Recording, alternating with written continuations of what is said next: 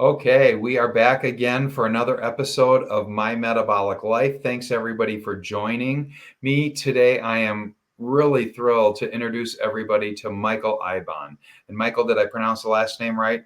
I'm good with Michael. Eibon's a newer name to me, so is that correct way of saying it? Ebon, but that's fine. Ebon, perfect. I didn't even Yes. ask you this when we first met.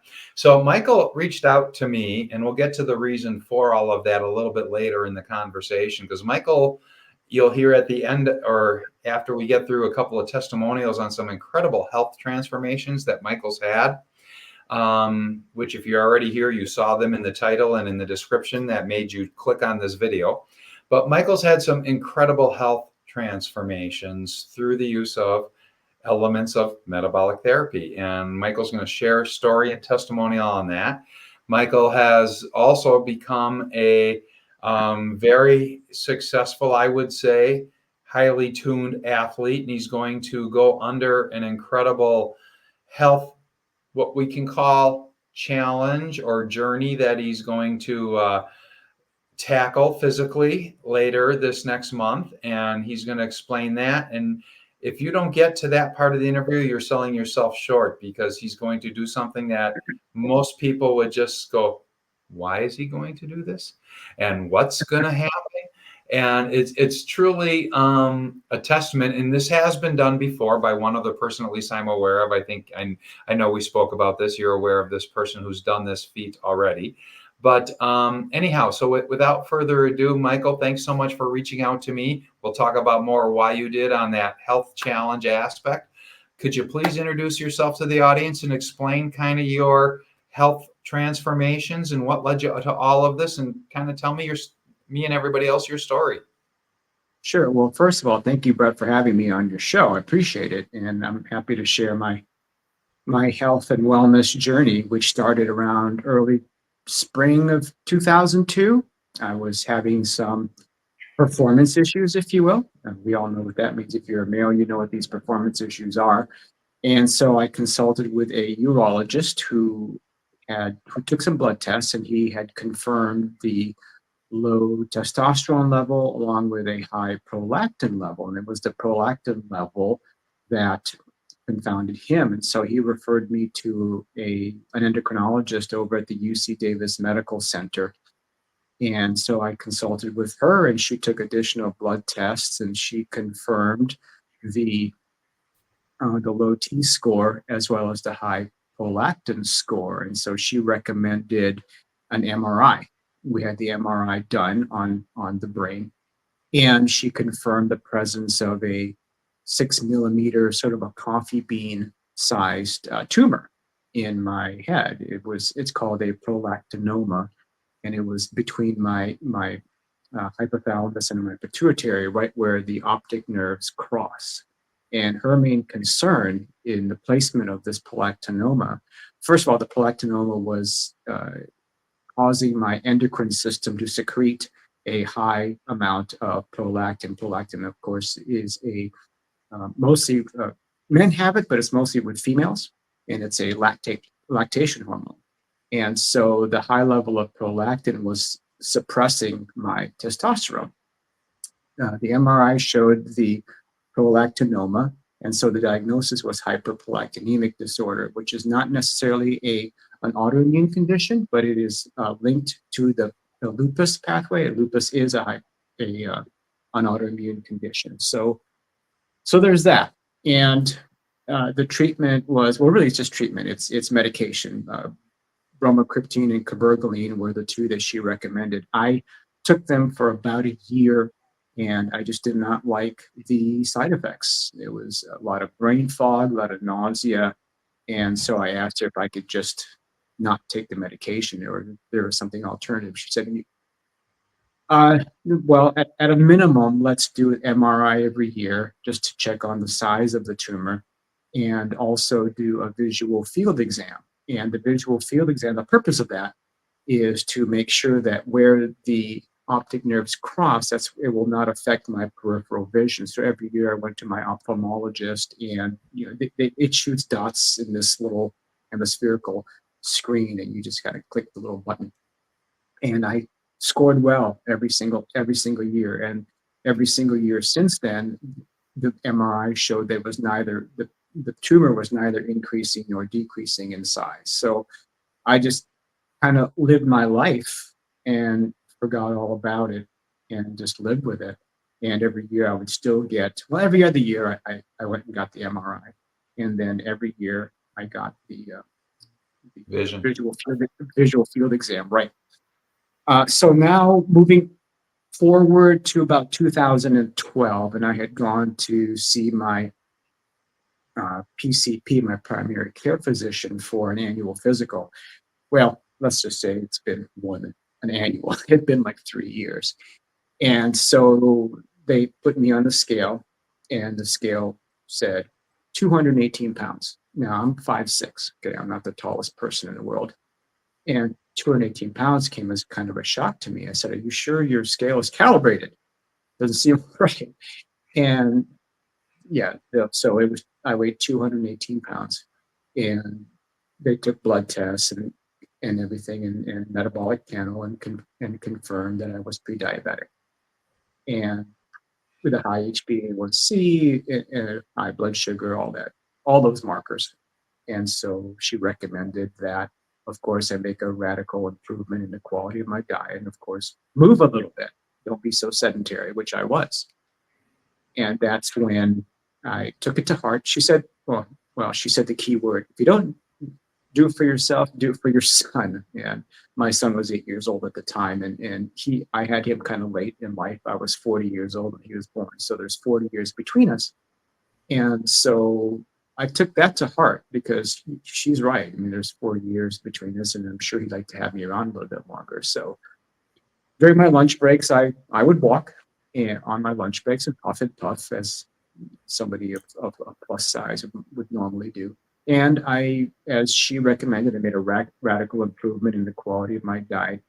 I went in, I purged the refrigerator, I purged the pantry of anything that had a label. So it was made in a factory and was packaged in a bag, a box, a can, or a bottle. I either donated it or just disposed of it, and started eating cleaner, meaning, farmer's market, fresh vegetables, fresh meat, that kind of thing. And so did that for a while. And the walking, I just happened to be at that time of my cycle in my carrier, my cell phone carrier, when I had to, not had to, but why I can upgrade my phone. And back then I remember the old BlackBerry phone, where there's no apps in these Blackberries, right? So I upgraded to it wasn't an Android at the time. It was one of the Motorola things. But anyway, it was an Android platform. And now all of a sudden, all these apps were made available to me, right? And so I'm going through all the staff picks and editor's choices and all that. And I saw, couch to 5K. And I read it, and it says, essentially, in 9 weeks, running 3 days a week, you'll run a 5K. But 5K, I did the math in my head. That's like 3 miles, a little bit over 3 miles. I said, you know what, I can do that. And so that's what started my physical fitness journey. I followed this app, and it prompted you every other day to, you start off slowly, walking and then running, and then by 9 weeks, you're actually running. And so then you run a 5K. So I ran the 5K, signed up for it, and lo and behold, I actually finished it without stopping. I thought, well, I feel pretty good about myself. What's next? Well, it just so happened that the same app builder had a app, which was a continuation of the Couch to 5K, called 5K to 10K. So I thought, okay, read the description. In 9 weeks, running a few days a week, you run a 10K.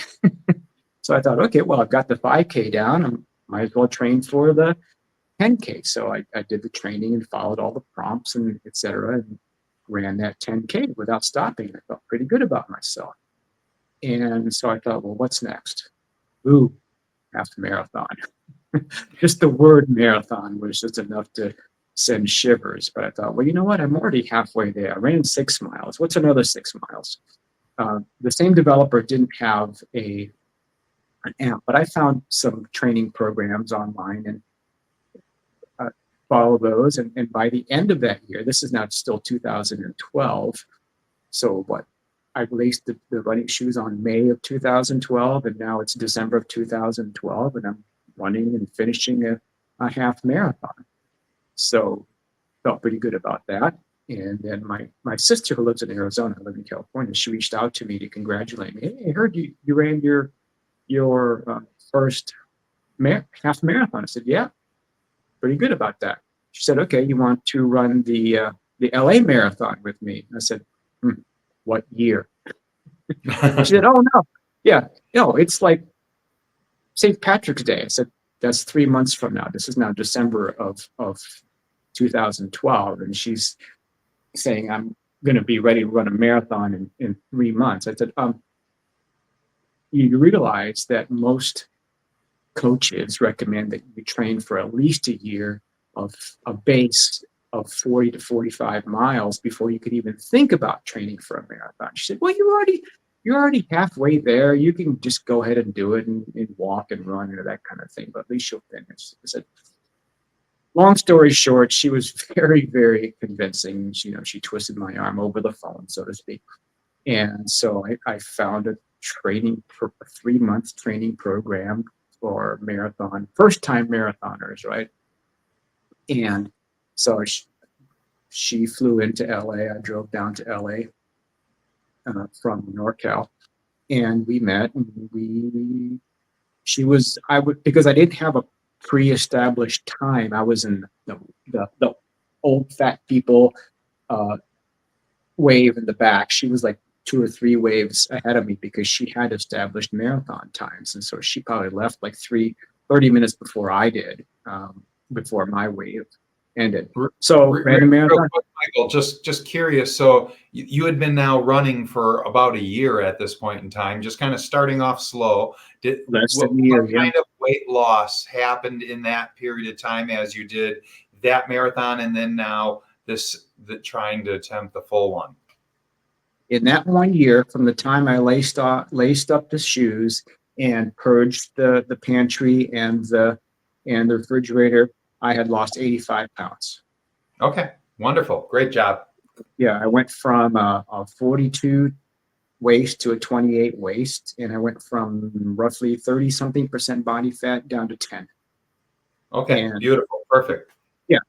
Now keep in mind that at that time I was training quite heavily, and so there is going to be a time when you first start your physical fitness journey where you are going to lose a substantial amount of weight in the beginning, and eventually you are going to taper off. And I think that discourages a lot of people, not realizing that you can't lose weight forever. There's going to be a point where your body is going to reach homeostasis, and you're going to be where you are. That's going to be happy where you are. And most people don't realize that. And so I'm not in a weight loss journey right now, but those people who do start off think that, why did I stop? Because your body is just going to reach that happy point. Anyway, so moving on. So I had lost the 85 pounds. I went down to about a buck 40 from 218 and single digit body fat. So we ran the marathon, and somewhere along the line with 55,000 runners, I passed her because I finished in about 4 hours and 25 minutes, and she finished a few minutes behind me. And she said, "Wow, that's a really good time for your first marathon. It's something you might want to consider qualifying for the Boston Marathon." I said, "I don't know about that." And so we looked up the time. Yeah. So at the time I was in my 50s, and so my qualifying standard was 3 hours and 30 minutes. I said, "Cindy, you realize that I have to drop an hour off of my time just to qualify for Boston?" She said, "Just train anyway." So that's what came of my journey into running, and as far as my metabolic health. So we'll move forward because the rest of it's just more running and more marathons and ultra marathons and Tough Mudders and all that stuff. So now it's 2019, and I had been suffering from some repetitive motion injuries, plantar fasciitis, iliotibial band syndrome, ITBS, and some other injuries. And I kept seeing a physical therapist, and she finally put her foot down and said, you need to stop for at least a year. You really need to recover. And oh, that was tough to swallow because I had been doing it for almost 10 years. But I did. And when I came back, when she finally released me in 2020, now keep in mind, I was still taking heavily, a lot of the coaches will say carbs, carbs, carbs. That's what you need. You're a runner, you have to take in all these carbs. And so I was taking it, and I was taking in healthy carbs. It was the sweet potatoes and the ancient grains and all that stuff. But when I stopped running, eating all these carbs, well, they start stored, right? Insulin resistance. And so I picked up in that 1 year 40 pounds because I was taking in all these carbs. And so I had to get rid of these 40 pounds in order for me to get back into training. And that's when I found a ketogenic diet. And just like we talked about before, I still kept all the pantry clean. I start bringing in more meat and more fat and less carbs and less plants. And so I would say probably my intake was maybe 20 grams of carbs through berries and things like that, minimal berries, and the rest of it was just meat and fat, mostly ruminant animals, to be honest. So in about 4 months, I continued the training, and in 4 months, I was able to lose the 40 pounds, and I got back into serious training. And that's when it was about the time when I found Professor Noakes, Professor Stephen Phinney, Professor Jeff Volek. These are all the people who inspired me to move more towards this even lower carb, high fat lifestyle. And you've got your normal influencers, your I don't know, be appropriate to bring them up, but we know who they are, the normal carnivore influencers. But I really stuck with Professor Noakes, Professor Phinney, Professor Volek because they were speaking my language in terms of the physicality of how low carb and high fat, it's the fat oxidation and the fat adaptation that really inspired me. I said, wait a minute, I can just eat meat and water and salt, and I can still be fast. And that's when the light bulb clicked to say, okay, I can do that. And that's when the carnivore thing, and that was about March of 2021. So I just made that connection and said, wait a minute, I can be fat, what you call fat adapted. I can just run on fat. What about carbs? I'm a marathon runner. I run ultra marathons. I need all these carbs to be faster. And long story short, in many of Professor Phinney, not Phinney also, but mostly Professor Noakes said that if you continue your training the way you're training, the fat oxidation rate will equal that of the glycogen oxidation rate. But okay, great. I don't have to worry about eating. I didn't like carbs anyway. I didn't like veg. I kind of like the berries, but it was the veggies I didn't really care for.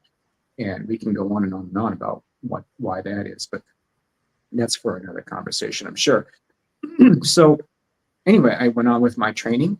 I hit the quote-unquote fat adaptation and the fat oxidation around 24 weeks. And I was getting just as equal amount of performance as I was, actually even better than when I was carb dependent. And so that felt really good.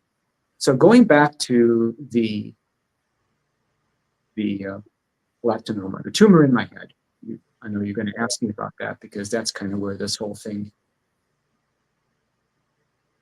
lights up for me.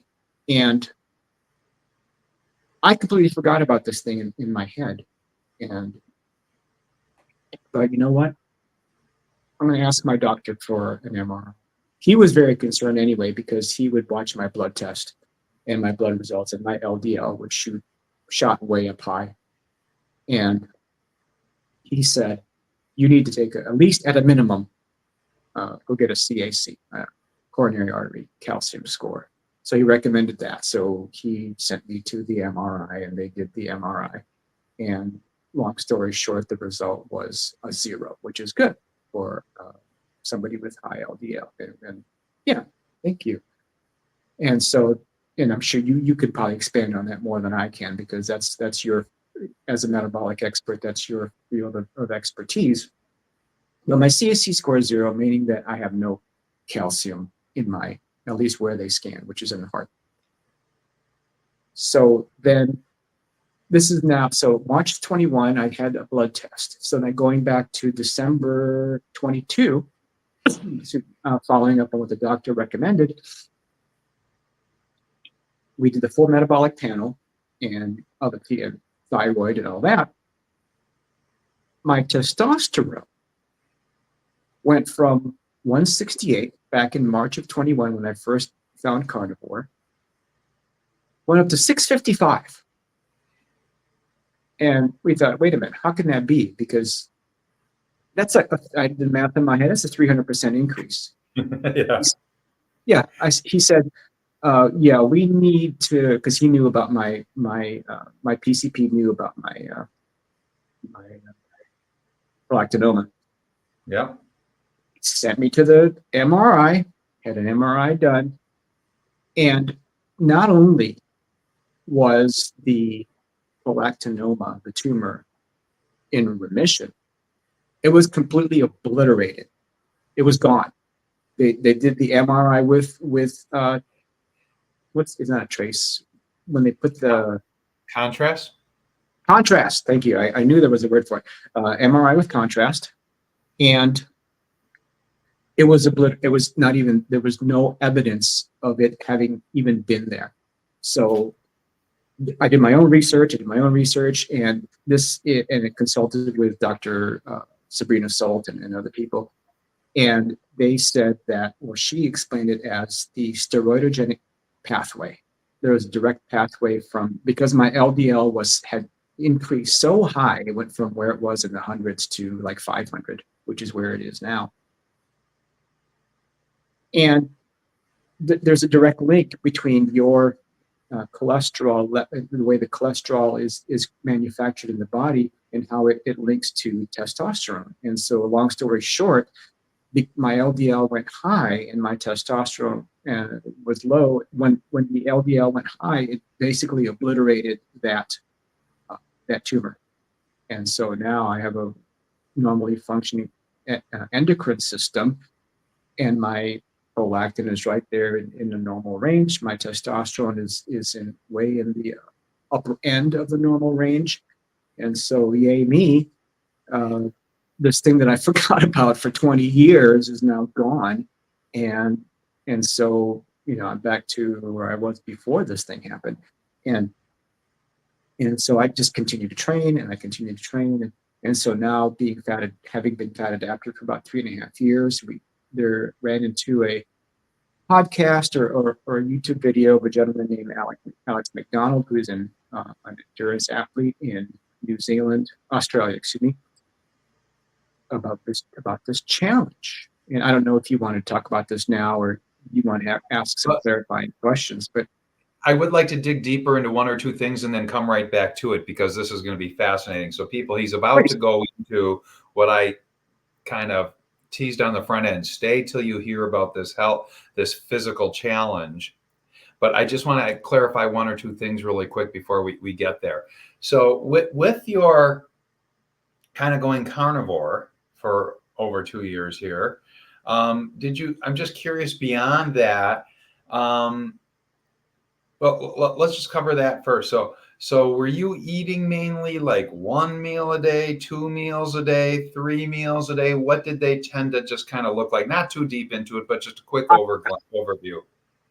I have a mantra: eat with the sun, eat only meat, eat when I'm hungry, eat till I'm full.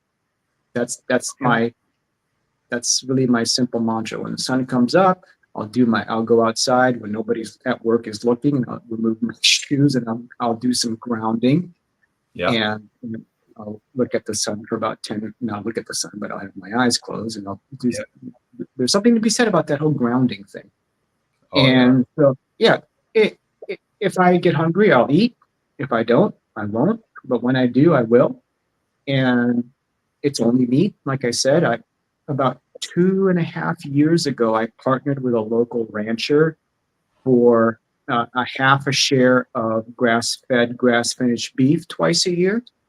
And so that's in the spring harvest and in the winter harvest.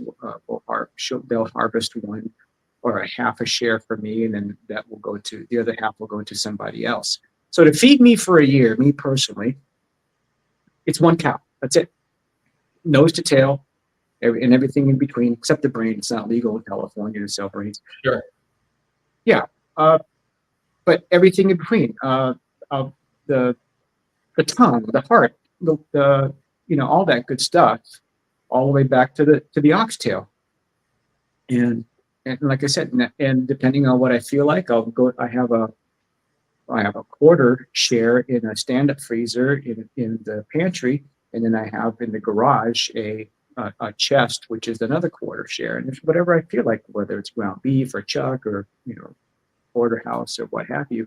And that's all I eat. That, water, and salt, or electrolytes is really all for I. those unfamiliar, there's kind of a term to this form of the carnivore diet, because just like everything else, there's multiple layers of what you would call vegetarian. There's pescatarian. There's Right. there's all these different flavors and spectrum, we could call it.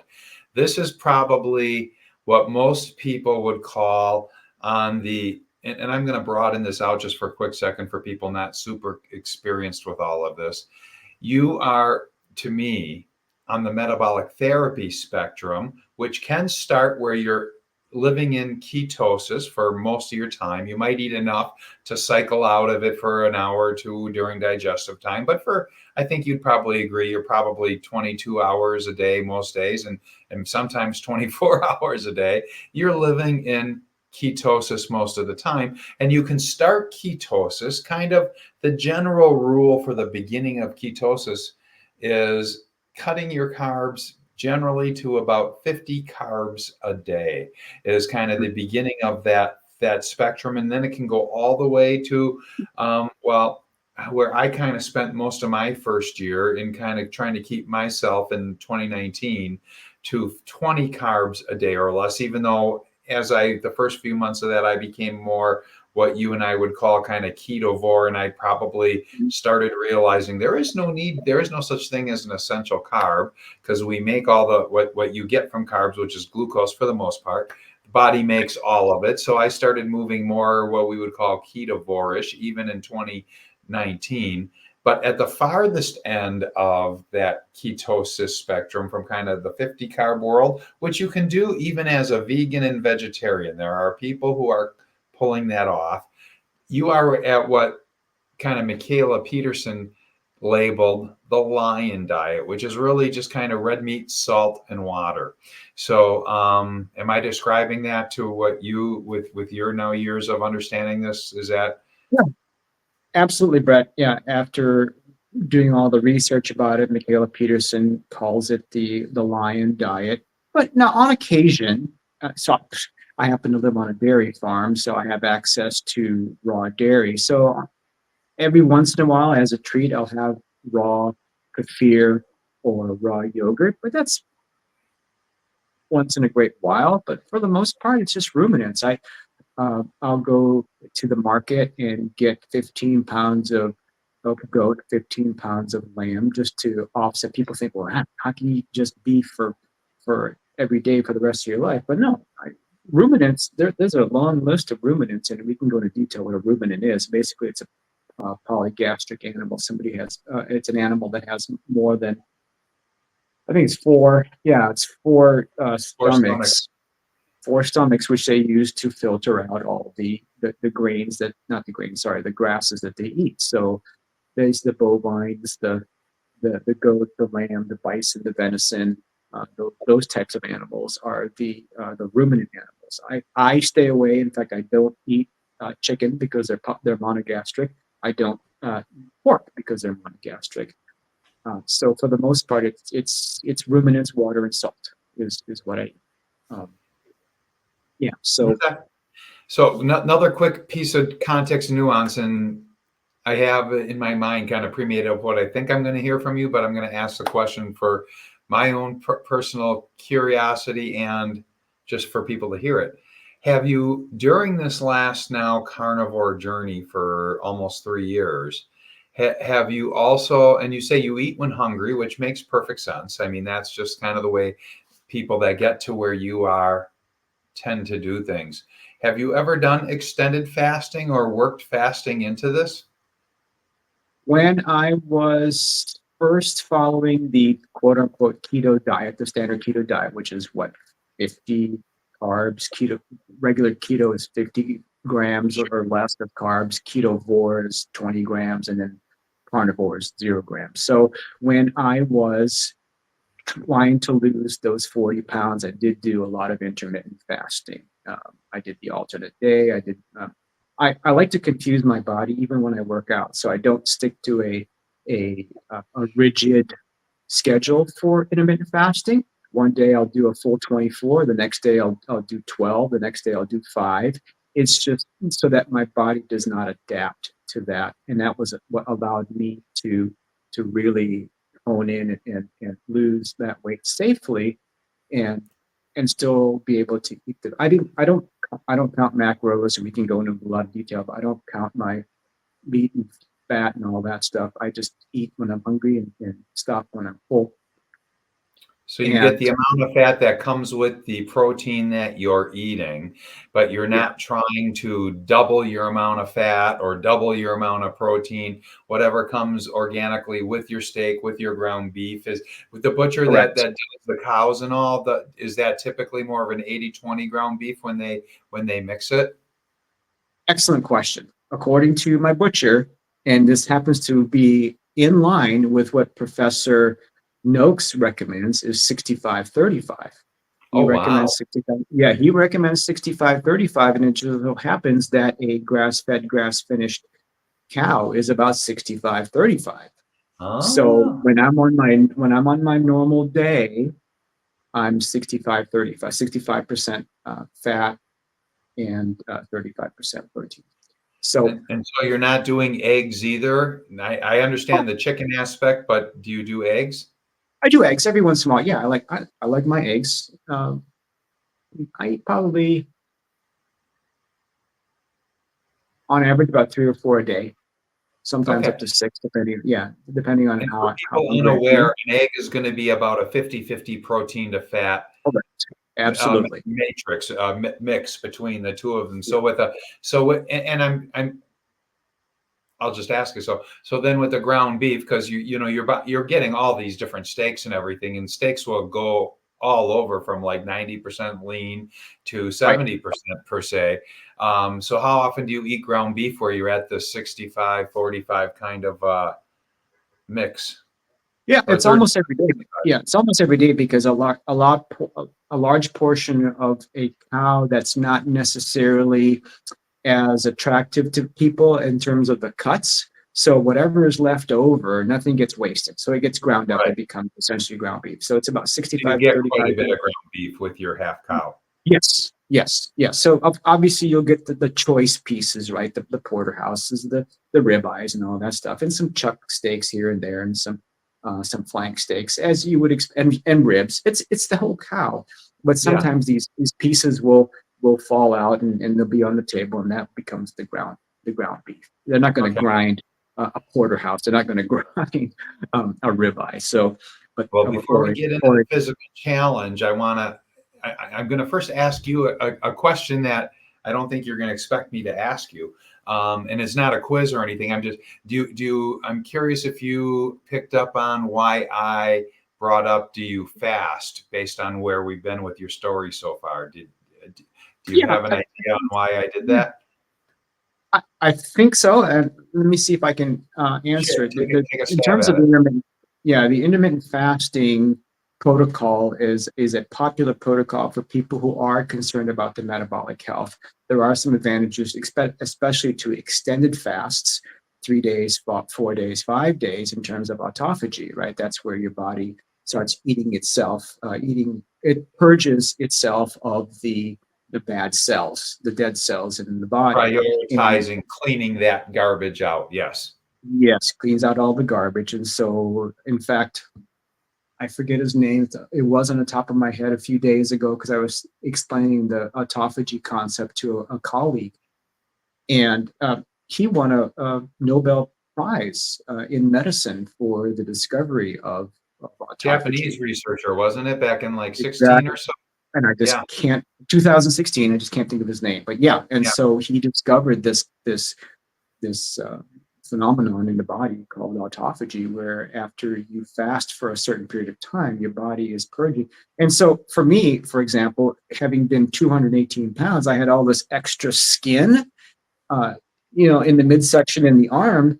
And I learned about this autophagy thing. All you have to do is just fast for 3 or 4 or 5 days. Heck, I could do that.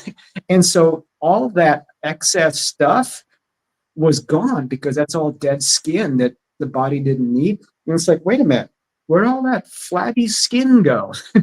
It was the extended day fasting, the 3 days, the 4 days, the 5 days of fasting that got rid of all that excess stuff. So I don't need to go to a plastic surgeon and get all that extra skin cut out. Just fast for a few days. So Well, that's part of the reason. So you nailed part of it, but there was another reason. I'll just come out and say it. With what you did with that tumor in the brain, to me, that's, even though it wasn't thought at or looked at as a cancerous tumor, but because as you're aware, I'm writing a metabolic therapy book, and so I'm looking at every kind of classification. So whether it's cardiovascular, diabetes, cancer, I'm trying, mental health, all of the things. So I'm trying to become a jack of all trades, healthcare and ketosis and metabolic therapy. What can it be used for? In the yeah, cancer space, one of the things that's just so fascinating, like if you're getting diagnosed with cancer, the one you do not want to be heard coming out of the oncologist's mouth is GBM, glioblastoma. right. And because it's the one that they don't, that won't, my sister-in-law lost her sister to one of Mm. these back around 2017-ish, 2018, I'm thinking early 2018. And it's devastating because the life expectancy is anywhere from 6 to 18 months on the long end of it, usually short, closer to 12 to 15 months. And that's still trying to do everything. And but there is what's called the cancer press pulse treatment for metabolic therapy treatment that Dr. Thomas Seyfried and Yes. Tom D'Agostino and a number of other metabolic therapy minded physicians, researchers, Matthew Phillips he's actually a Canadian practicing out of New Zealand. And he's a great leading researcher and what he calls a metabolic neurologist, because he works Mm. with people with both the Parkinson's, the Alzheimer's, but also that's where the GBMs come in, the brain tumors. And they're literally obliterating these brain tumors, and it's living in ketosis, where that's called the press. You're keeping the press on. And then they also pulse two different things. They pulse the fasting, because then you're even that much more putting those cancer cells, because cancer Right. cells, and I'm wondering if your type of tumor also responded, and what helped with all of this is that they tend to use, they go to ancient metabolisms, and they, instead of being both whether they run off of fatty acids and ketones and or glucose through the glycolysis pathway, that they turn into fermenting machines, and that's what the Mhm. definition of a cancer cell is.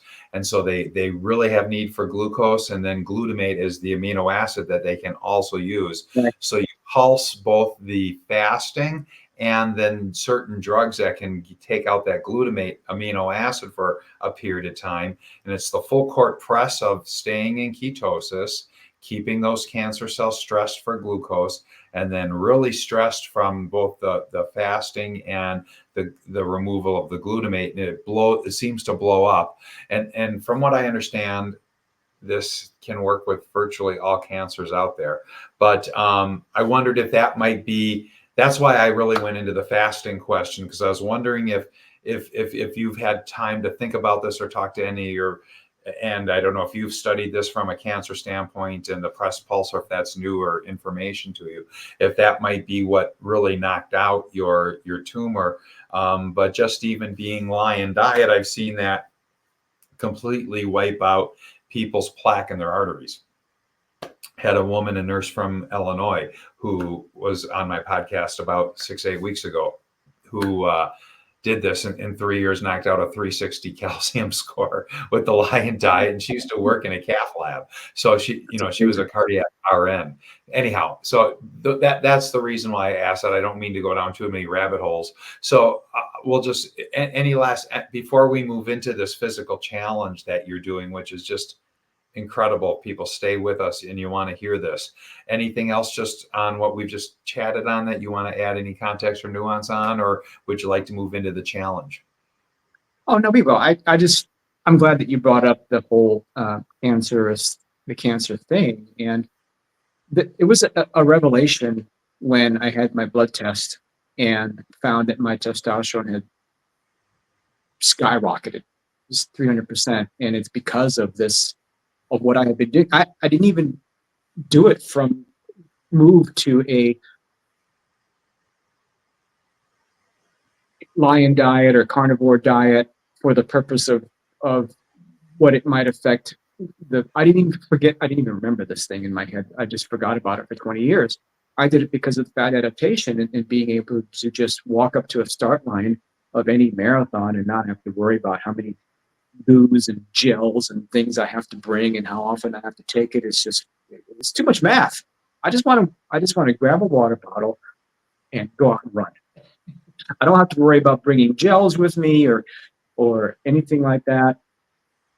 That's why I did it. And to find out that what I did invariably not just helped me metabolically, because the prediabetes, that's out the window, right? We talked about that before. That's gone, right? My blood sugar. I wear a CGM just because I want to make sure I don't crash, right? That's the one thing that Professor Noakes says, is that make sure that if you are running a marathon and you're fat adapted, it was funny, is what he recommends, and it makes a lot of sense, is towards the latter half of a race, of a marathon, which is 26.2 for people who don't know, maybe around mile 18, mile 20, start sipping whatever the Gatorade or electrolyte drink they have, but don't swallow it. Just the taste of that sugar in your mouth will trigger a dopamine effect in your brain, and so it'll help with the pain, whatever stress in your body that you're having. Just sip on, maybe every other water stop, take a sip, swirl it in your mouth and spit it out. So wow. It triggers a dopamine effect. So it's really interesting. And so I have Professor Noakes and Phinney and Volek to thank for all these little tips. But yeah, it was a revelation for me. Some of the biggest exercise physiology MDs and researchers, and Volek's a PhD, but yep. In the whole exercise space, they're completely rewriting what we thought we knew. And just for those not aware, and I know but a lot of people like, how can you run a marathon and not be drinking? You had one water bottle at the beginning and you're not like hitting and drinking those electrolyte drinks, those gels and everything. And the reason is, people, is that when you are burning fat for fuel, which I do every single day because I'm a fat adapted individual, you create 3 times the metabolic water as the fat is being processed in your electron transport chain, part of the whole Krebs cycle, what's going on in the membranes of your mitochondria, compared to if you took the goo and the gel or anything. You're going to create 1/3 as you're oxidizing the glucose pathway compared to the fatty acid and ketone pathway. Right. So you're just naturally hydrated. I've even done, not to go deep into this at all, but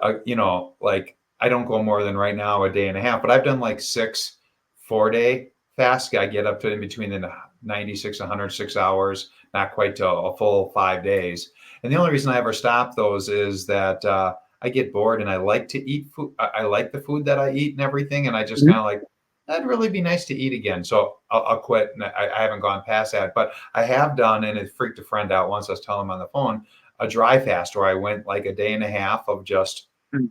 not even drinking anything. And I go, no, I'm breathing, I'm living, all my cells are metabolizing my stored energy fat, and I'm creating all of the base hydration that I need. I'm not planning on going for 5 days without drinking, not that I couldn't, but there's a lot of in and outs and nuance and context to all of these different topics around fat adaptation, fasting, and all of these different things. And I don't recommend anybody try to do any of this without some guidance and counsel and understanding what you're doing, because there are ways, especially if you're on medications, things that you Right. can get in trouble with any type of getting into and maintaining ketosis, because you're going to wind up healing so fast.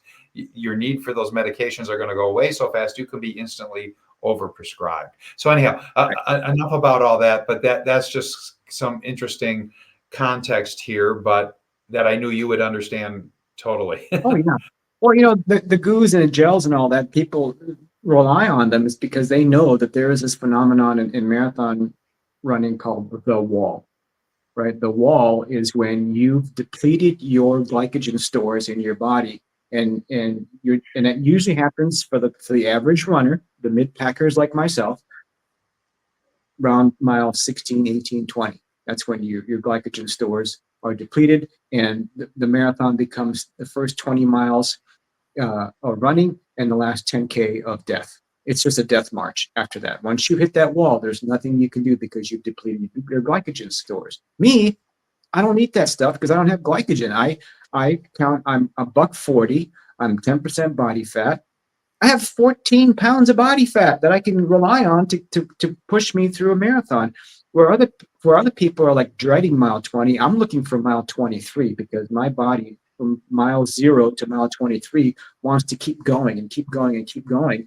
And I keep trying to tell myself mentally, you got to run your race, follow your pace. And then when mile 23 hits, that's when I go down to half marathon pace, 10K pace, 5K pace, where I'm actually practically sprinting across this finish line after just running 26.2 miles. Can't do that with all these gels and goos that you're sticking in your mouth, because by mile 20, 18, you're done with that, and you're hoping to God that you can finish a full event.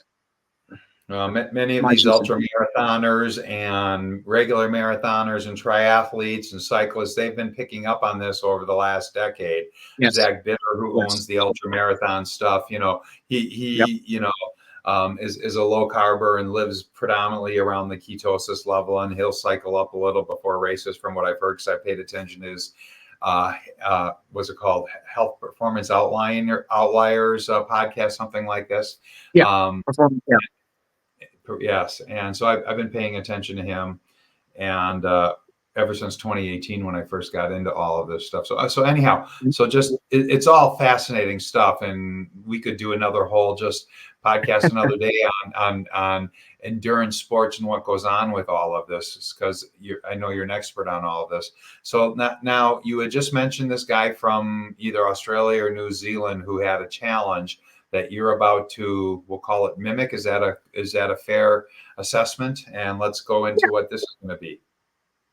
Well, it was enlightening for me watching Alex McDonald on these shows from my favorite YouTube influencers, and he was talking about this challenge that he did. First of all, going back to the whole glue thing, I just wanted to interject a little bit. For those who follow cycling, there's of course the Tour de France, and there's the Giro d'Italia, and the one in the Tour of Spain. Those are the three major cycling events. At least 2/3 of those athletes are fat adapted, by the way. They're sucking down those ketone IQs like they're nobody's business. So I just want to throw that in there because, for reference, it's not something that's brand new. It's something that people, professional athletes, have been doing for quite some time. So anyway, so Even Alex, Lindsay Vaughn, for the end of her career, she tried to yes, keep it a secret, but she was a heavy keto and yep, person because she realized this is a competitive advantage. I'm not, and they don't yep, tell the rest of the world. They might be endorsed by Gatorade or whoever, whatever, but they're not putting any of that in their body at all. So anyhow, no. go ahead with your story. So yeah, so I heard about. I think his website now is called ketomarathons.com. So shout out to Alex McDonald, a guy who had been fat adapted for quite some time. He got his idea from an Icelandic explorer, and forgive me, I forget his name. Uh, he got this inspiration in terms of endurance performance. So what Alex did was to test his fat adaptation. He decided to run 5 marathons in 5 days while fasting. And he talked about that and the benefits of being fat adapted as an athlete and so forth. I'm just watching this and like, wait a minute, I can do that. Because you hear these challenges. There's the David Goggins challenge that people Yep. know about. You hear about that all the time, right? You run 5 marathons, you run 4 miles every 4 hours for 48 hours. So that's the Goggins challenge. And there are some people who have done the double Goggins challenge, which is 4 miles every 4 hours for 96 hours. So you're running 96 miles in 4 days. The single Goggins challenge is 48 miles in 4 days, 2 days. So I thought, you know what? I like this Alex guy. I can do that. And that's when I reached out to you, because I want to make sure that if I'm going to do this challenge, I want to do it the right way, so I make sure that I don't absolutely destroy my body. And is to run 5 marathons in 5 days, and I'll do that the weekend of Veterans Day, which is a Monday, which is 2 or 3 Mondays from now. So it's just in a couple of weeks. I'll be doing this challenge of running, and that's how I found you in Coach Stevens' podcast. And so I thought, wait a minute, this Brett guy, he knows what he's talking about. I think he can help me. and that's when I reached out, because I want to make sure that I'm doing this properly, so I don't kill myself. Right? I mean, at 5 days of fasting alone has its own set of challenges to the body, has stresses to the body. Now you add 5 marathons to that, which is 131 miles in those 5 days of fasting. It's going to have even more of a stress to the body. And I'm doing it because, and that's going to be the $1 million questions. Okay, why is this idiot doing this? I just like mental and physical challenges. I just do. I'm going to do the Goggins challenge probably sometime next year after Boston, but I don't want to say too much about it, because I'm going to add a twist to it. People probably are, okay, I know what he's going to do. He's going to run the Goggins challenge without eating. Okay, it's secrets out. But I challenge anybody to do that. So I want to first challenge myself in this way, in running these 5 marathons in 5 days. So I'll do everything right. I'll get a DEXA scan right before the first one and right after the last one, and I will wear a CGM to make sure that I'm monitoring my blood glucose up, because I don't want to crash. That's the one thing that Professor Noakes is stresses, that don't crash. Okay, make sure that your blood sugar. So I'll monitor my blood sugar, and I'm in the lower 80s, mid 70s anyway. So I'll grab my water bottle. I'll go out and run 20 miles, and it barely blips. So I think from a blood sugar standpoint, I think I should be okay. It won't be a dry fast like you said. I need to have water. No, I can't. no, and I wouldn't recommend that for this type of what you're looking at doing. That's just, Yeah, and I've only done that twice now. So, and that's just for a yeah. day to day and a half. Sometimes I just start off a day and I go till an OMAD meal at like 4 or 5 o'clock, and then but there are some impressive stats and studies around all that, but we won't go into that now. Yeah, yeah. So yeah, I mean, that's really the whole premise of why I want to do is I like to challenge myself both physically and mentally. Mentally is the biggest thing because the old saying about a marathon is the first 20 miles is muscle, the last 10K is heart. But somewhere along that whole thing is your brain. You need to convince yourself that you can do this. And so, I want to convince myself that I can do this from a mental standpoint. Physically, I think I could do it because I've got enough body fat to propel myself for this journey. I just want to make sure mentally so it's a mental as well as a physical challenge for me is why I'm doing it. So let me recap. So you're going to, so on a Monday, in about 3 weeks or so, so you're going to Sunday eat whatever your last meal is, and you eat when you're hungry and stop when you're full. And so whether that's let's just say a dinner at 4, 5, 6 o'clock on a Sunday afternoon, you're going to eat. And then you're going to wake up the next morning and you're going to have your water bottle and you're going to go run a 26.2 marathon. You're going to come home. You're going to continue to fast the rest of that day. You're going to wake up the next morning. You're going to have your water bottle. You're going to go run another 26.2, come home and continue fasting and do that 3 more days. And then so is it at the end of the 5th marathon on that 5th day that you will start introducing things, or you're going to wait till the next morning and then maybe do some bone broth or whatever? But that's what's happening here. You're going to just have water, maybe some salt. I don't know if you talked about electrolytes. Are you going to swoosh electrolytes in the mouth as you're staying with your strategy here, but not necessarily drinking them down? Oh, no. I was talking about the Gatorade, which has the sugar in it, or whatever the course director decides to provide. I just use Gatorade because it's a popular drink. No, I just switch that around just to get the sugary sweetness taste, which triggers the dopamine effect. Yeah. But I didn't swallow it. Yeah, but no, I'm going to have my electrolyte packs. If people are, I'm not sponsored by Element, but it's a popular one out there in the market. Yes. There's some controversy about Element right now with the whole maltodextrin thing. That's a different conversation. Yeah, so I'll still have my little electrolyte packs that I'll have, and that's just potassium, magnesium, and calcium. So I have to have, and I will monitor my electrolytes throughout this whole challenge as well. I do have a scale somewhere that tells you, I don't know how accurate it is, but at least it gives you a range of where you are normally for your electrolyte content in your body. So it's really quite, it's not one of those body things that people have that's very expensive, but it's enough.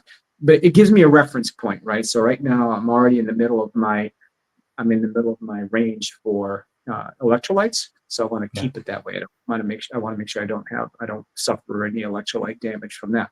So yeah, what else am I going to do? So you're absolutely correct. So it's Veterans Day weekend. Veterans Day is on a Monday. I'll actually start on the Friday before. LabCorp opens at 7. I'll get blood drawn. And that's where you and I are going to have a conversation about that, which is why I reached out to you. I have blood drawn. They open at 7. Drive to Sacramento. That's where DEXA is, the DEXA lab, and get a full DEXA, visceral, subcutaneous, all that stuff, right? And also muscle, because I don't want to make sure I don't jump into sarcopenia, but that's a different that's a different thing. I don't want to lose muscle because I'm not eating. So get the full DEXA. And then while I'm in Sacramento, I already have a route planned out for that day. It might recreate the California International Marathon route, but I haven't decided yet. But there is a loop around the Sacramento airport that's 26.2 miles. So I'll probably do that. And then I've got routes planned for Saturday, for Sunday, for Monday, which is Veterans Day. And then Tuesday, I will run the 5th marathon, the Tuesday after Veterans Day, run the 5th marathon, then go to DEXA and I'll go to the gym first because I'm sure they'll and shower. I'm sure they'll appreciate me not walking in there all sweaty. But Yeah, so I'll do my last marathon that day in Sacramento. That one will most likely be the CIM route. Anyway, get the DEXA scan, and then on my way home, stop at LabCorp and get the second set of Yep. labs taken. And then I'll start reintroducing food slowly. And the safe way, they say, is the half of the time that it should take half the time that you're fasting to slowly reintroduce food. So on a 5-day fast, take 2.5 days to slowly introduce solid food. So I'll start off with a bone broth, for example, and just kind of work my way up from there. I'm not going to go home and have a 2-pound porterhouse or anything like, or, or a tomahawk right after fasting, because that would really kill me. So no, I'm going to start slow. I'll do it right, and start with bone broth and just start working from there. Okay. Well, that is just an absolutely fascinating. So also just to recap, we know that a human being has gone 5 days fasted with the electrolytes and run 5 marathons on 5 consecutive days. So you at least know our species has done this before. We know that they're like Zach Bitter is setting world records in ultra 100-mile marathons. And do you know what the average time that when he sets that record, how long that takes him to do? I don't know off the top of my head. I think his pace was in the low 6 minutes, which is befuddling to me how anybody can run 100-mile. I think it was Western States. It was the Javelina 100 is where he broke the American record, running 100 miles in 6-minute miles. I can't even sprint 6-minute miles for 6 minutes. But yeah, so the fact that he was able to do that and be fat adapted is just absolutely incredible. So yeah, Quick shout out to Wisconsin, where I am. I'm in the greater Milwaukee area. Yeah. He went to college at UW Stevens Point. I don't know if he actually grew up in Wisconsin, but I know he did his college 2 hours north of me up there. So just nice. quick, yeah. He's in Austin now, right? I think he's in Austin now. Yeah, I believe so. And but yeah, so incredible stories, and everybody go follow him. And there's this Michelle Hearn, who is a dietitian, who's also a big runner, I'm sure you're aware of. And she wrote the book The Dietitian's Dilemma. And and just also a quick side note, where I say metabolic therapy can kind of really put a damper into healthcare's revenues. She's one of the people that has really put on the map that she suffered for many years, decade and a half with anorexia. And she went into ketosis, and it wound up putting all of the mental health ideation and problems out of the way. And she's a huge proponent. And there's other dietitians out there as well that understand this, that, you wouldn't give somebody suffering from anorexia or bulimia a ketogenic diet. But that ketosis, what that does for reversing schizophrenia, depression, anxiety, OCD. I guess so. Yes. My joke is now I'm a recovering OCD. Well, now I'm just retentive. There you go. But no, it's just mind numbing. But she's a big runner in all of this too. So that's why I figured you would know where she is, and also from the keto space and all. So, well, Michael, and just for those, obviously nothing to do with healthcare. I am not a doctor and we don't have training, but I have the luxury of having a good friend of mine who I co-host another podcast, not this one, the My Metabolic Life, but a second one called The Metabochondriacs, because it's all about, as you get deeper and deeper into all this, you start realizing that your metabolic health is centered on your mitochondrial health. And and there's many different things, just like you said earlier, with the grounding, with what we would call kind of the quantum biology aspect to what's going on at the electron, proton, neutron level of what's happening in our mitochondria and everywhere in our body.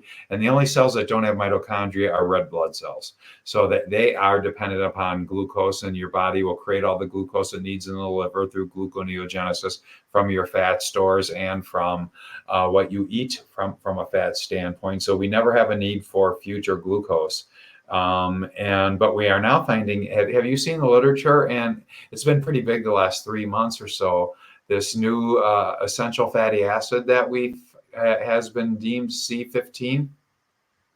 C15 is found in dairy, I think, because I know we have omega-3, omega-6, omega-7, Yeah. omega-9. Yeah, those Yeah. are the essential fatty acids. And the C15, I think, comes from, that's 3 carbon molecules, right? And I thought that's 15 dairy. long. It's C15 because Yeah. it's 15 carbons, but it's an Yeah. odd number, which is unique. Which is unique.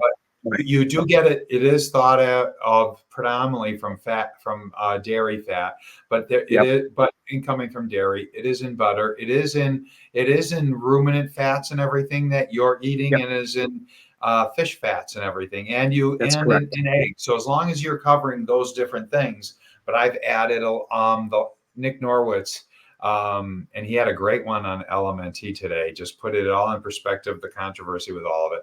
But from 2 months ago, I learned from Nick with the C15, because like where you were talking, the ruminant sheep, there's sheep milk, and if they're grass fed, and the higher altitude grass is even that much more nutritionally dense.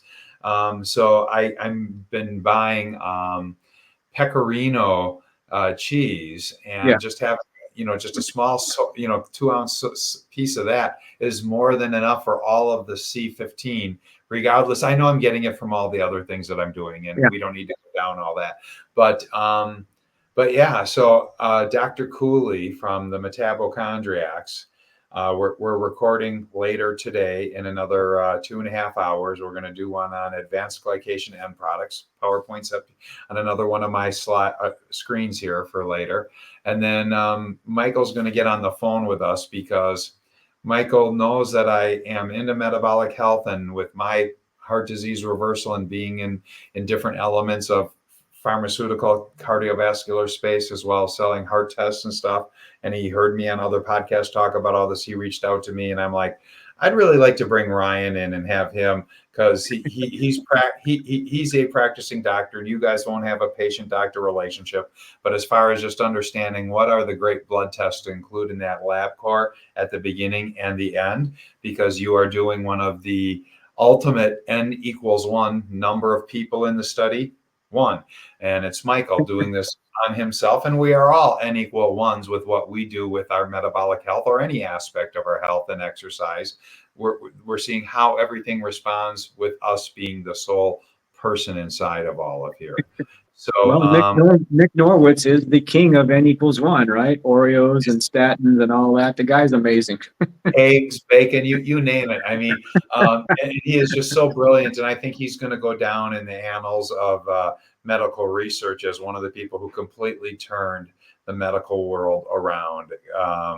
So yes, with what he and Dave Feldman and Dr. Sotomoto did with this whole lean mass hyperresponder thing, is just absolutely incredible. It's like this thing actually exists, and why are these people with high LDLs living longer? And it's like, to come up with a phenotype is just amazing. So anyway, that's well, and I'll play just off of that, play a little racket sport with you, a little tennis. We'll go back and forth with that. To me, one of the things, and another where I'll go with that. So Dave Feldman, engineer. Exactly. Other engineers that have, these are not people with medical training, but engineers are all about problem solving. And so also one of my people, before I found Dave Feldman, I found Ivor Cummins out of Ireland. At the time, he was the president of the Irish Heart Awareness Foundation charity, and they made the movie The Widowmaker about the importance of CT heart scans and find things early on, which matched up with my whole coming out of the corporate wellness disease management. We wanted to find people, and we had predictive modeling algorithms that said, you are at very high risk. You might have one of these 40 disease states, heart disease as one of them. Please go get a CT heart scan, which is why when I was 45, I had my first heart scan. My company wanted me to live the protocol so I could talk more about it. And that's where my whole metabolic journey took a side turn, as some people might have heard, is that when I found out about ketosis and my brother's use of it to lose some weight in 2018, and then I got nervous that he was going to hurt himself, and put 60 hours in 2 months, and I'm like, oh my God, he found the Holy Grail.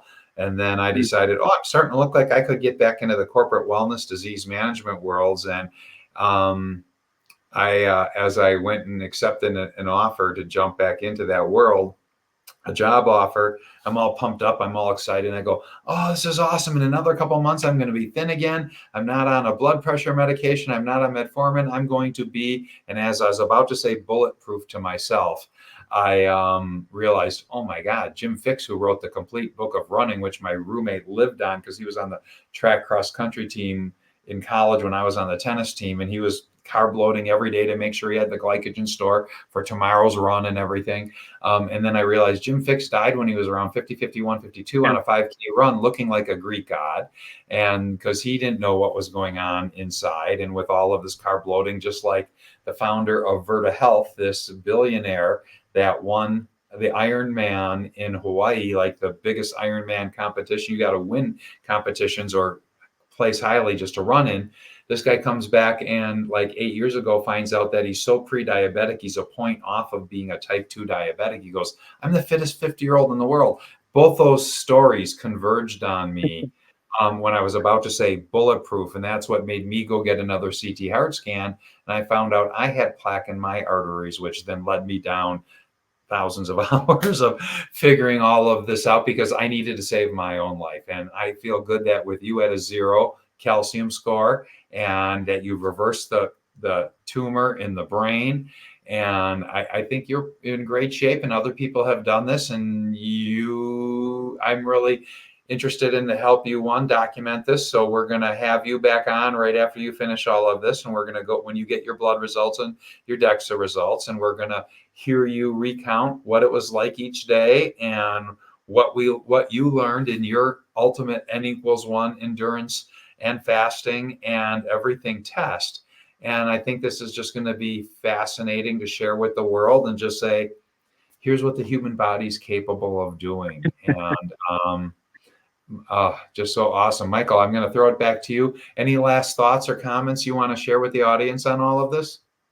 No, I've got some ribeyes waiting for me for this challenge. I mean, instead of carb loading, I'm on a fat load for the days leading up to the challenge. And so, yeah, I'm excited about it. And I look forward to sharing the results with both you and Dr. Cooley. So yeah, and see, hopefully I didn't kill myself after this challenge, but I think it'll be okay. Again, I'm going to stress that from a physiological standpoint, I think I can do it. It's the mental challenge that for me, I just want to make sure that, I'm not doing it because I'm crazy. I'm doing it because I want to challenge myself mentally. Yeah. Well, and just for people, again, that don't know this and what the ultra marathoners and the cyclists and everybody have been doing. And you and I chatted about this just 2 days ago, that, like even, I'll play tennis tournaments or platform or pickleball tournaments.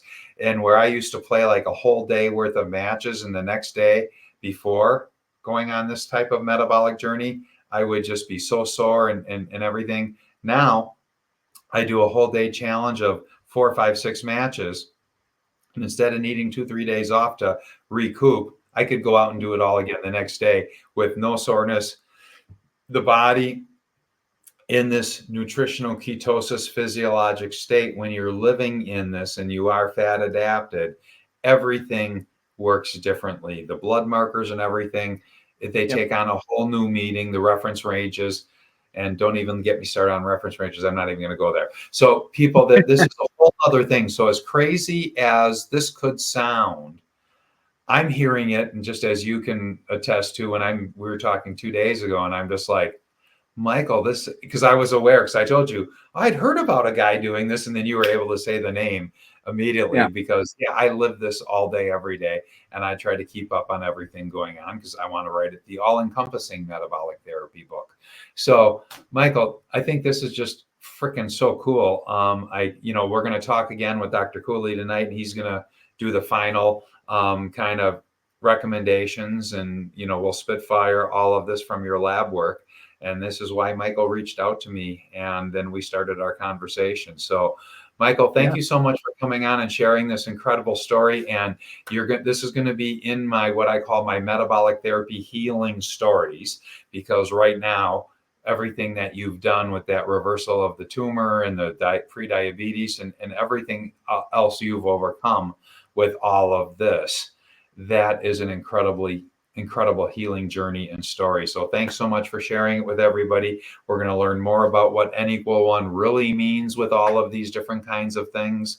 And we're going to sign off for today. And in about a month or so, we should have all your updated results, and we'll have you back on. And then as you do other challenges in the future, I'd love to do a quick little short update for people who want to keep up with all of this stuff, because we're not all endurance people. But this is really, I think, for those that are, it's something people are going to geek out on. But it's a heck of a human interest story, just as far as what the body and what people are capable of doing. So, well, thank you. Yeah, thank you, Brett. Thank you for having me. And as you and I spoke a couple of days ago, if my story inspires even one person, and that person makes an improvement in their metabolic health, their mental health, etc., I think you and I succeeded if we were able to help even one person. Well, So, you're so welcome, and thank you for coming on, because, well, there's no way that I can't, because just also understanding what's going on big picture here, and other people that there's a guy with another condition in the liver that, again, just like type 2 diabetes and everything else, that the doctors are trained into believing all of these things are chronic progressive conditions that there's no cures for. I am finding every single day as I'm interviewing people, almost another condition beyond the low-hanging fruit of type 2 diabetes, hypertension, plaque in your arteries. That's now common day stuff. I never heard of the condition with this little coffee bean size 6-millimeter tumor that you had in your brain before this. And the other one, primary, people go look it up. I released it just 2 days ago in here, and the doctor's like, "Oh my God, it's gone. It's just completely gone." and we're waking up doctors, and that's what you and I are trying to do, and that's my mission. Why I want to have 500 of these inside of 2 years, and 2,000 inside of 3-4 years, and I want to be doing 3-4 of these recordings a day, because my greatest joy is not only helping people personally, creating the awareness for all of this, but for me, it's like every time, what I did with Dr. Cooley in 2019, every time I can break a doctor's brain, it's just like the biggest high for me, because I know I've just now indirectly impacted 3,000 patients that this doctor is going to change the way they practice medicine. So, Michael, you're going to make incredible impacts with just this, not only this video, but the whole ongoing story. I'm small now, but I'm hoping to get to a channel with hundreds of thousands and millions of views through time. So thank you so much for coming on, Michael. Like we said, we'll have you back in a few weeks as this is all done. And you hang on for a quick second as I stop recording. Thanks, everybody. Please, if you're all the way still here, share this video with people who you think will find it interesting, but it'll help the algorithm if you smash like right now. Greatly appreciate it. Michael, hang on.